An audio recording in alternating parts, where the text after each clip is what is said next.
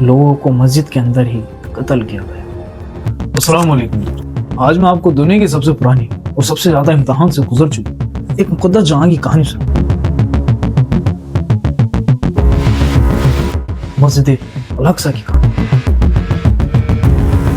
دوستو، دنیا کے نقشے میں بہت سی مسجد ہیں، لیکن الاقصی ان سب سے الگ ہے، کیونکہ یہ وہ جگہ ہے جہاں سے انسانیت کی تاریخ کا ایک عظیم پرانا سفر شروع ہوتا ہے۔ قرآن میں جسے ارض مقدس کہا گیا، وہ زمین جہاں نبی کریم صلی اللہ علیہ وسلم معراج کی رات ہزاروں فرشتوں کے درمیان قدم رکھتے ہیں اور یہیں سے ہی آسمانوں کا سفر شروع کرتے ہیں۔ لیکن الاقصی کی کہانی صرف معراج تک ہی سیمت نہیں ہے۔ پہلی مسجد کا دور روایت کے مطابق مسجد الحرم کے بعد دنیا میں جو دوسری مسجد بنی ہے وہ مسجد اقصی ہے، اور دونوں مسجدوں کے بیچ صرف 40 سال کا فرق ہے۔ حضرت ابراہیم علیہ السلام اس زمین پر آئے، حضرت عیسیٰ علیہ السلام، حضرت یعقوب علیہ السلام اور حضرت یوسف علیہ السلام، ان سب کی یادیں اس مٹی سے جڑی ہیں۔ حضرت داؤد علیہ السلام نے یہاں عبادت کی بنیاد رکھی اور ان کے بیٹے حضرت سلیمان علیہ السلام نے اس کا نرمان مکمل کیا۔ انہوں نے اللہ سے دعا کی، اے اللہ، جو بھی یہاں نماز پڑھے اسے اس کے گناہوں سے پاک کر دے۔ سوچئے، یہ مسجد صرف پتھر کی عمارت نہیں بلکہ عبادت کا ایک دربار بن گئی۔ وقت بدلا، قومیں بدلی، حکمران آتے جاتے رہے، اور الاقصی کبھی امن کی گواہی دیتی، کبھی خون اور ظلم کی۔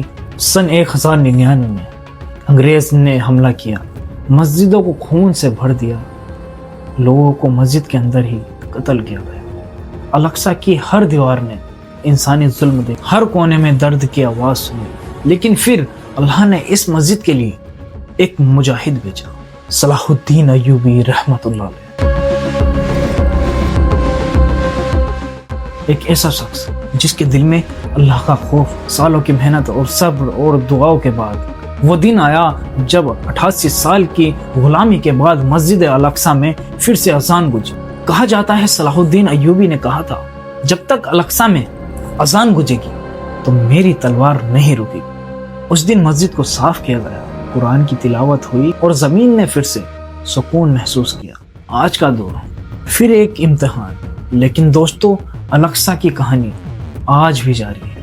آج پھر وہاں ظلم ہو رہے ہیں، مسجد کے اندر دھماکے، پیغمبر صلی اللہ علیہ وسلم کی زمین پر آنسو، بچوں کے چیخے اور بے گناہوں لوگوں کی شہادت، صرف اس وجہ سے کہ ان کا ایمان الاقصی سے جڑا ہوا ہے۔ یاد رکھیے، الاقصی صرف ان کی ذمہ داری نہیں، الاقصی ہم سب کی ذمہ داری ہے۔ یہ ہمارا پہلا قبلہ ہے، یہ ہمارے نبی صلی اللہ علیہ وسلم کا سفر معراج کا دروازہ ہے، اور یہ پوری امت کی امانت ہے۔ مدد ہمیشہ تلوار سے نہیں ہوتی، کبھی دعاؤں سے ہوتی ہے، کبھی سچ بولنے سے ہوتی ہے، کبھی ظلم کے خلاف کھڑے ہونے سے، کبھی ایک شعر سے، اور کبھی جاگی ہوئی سوچ سے۔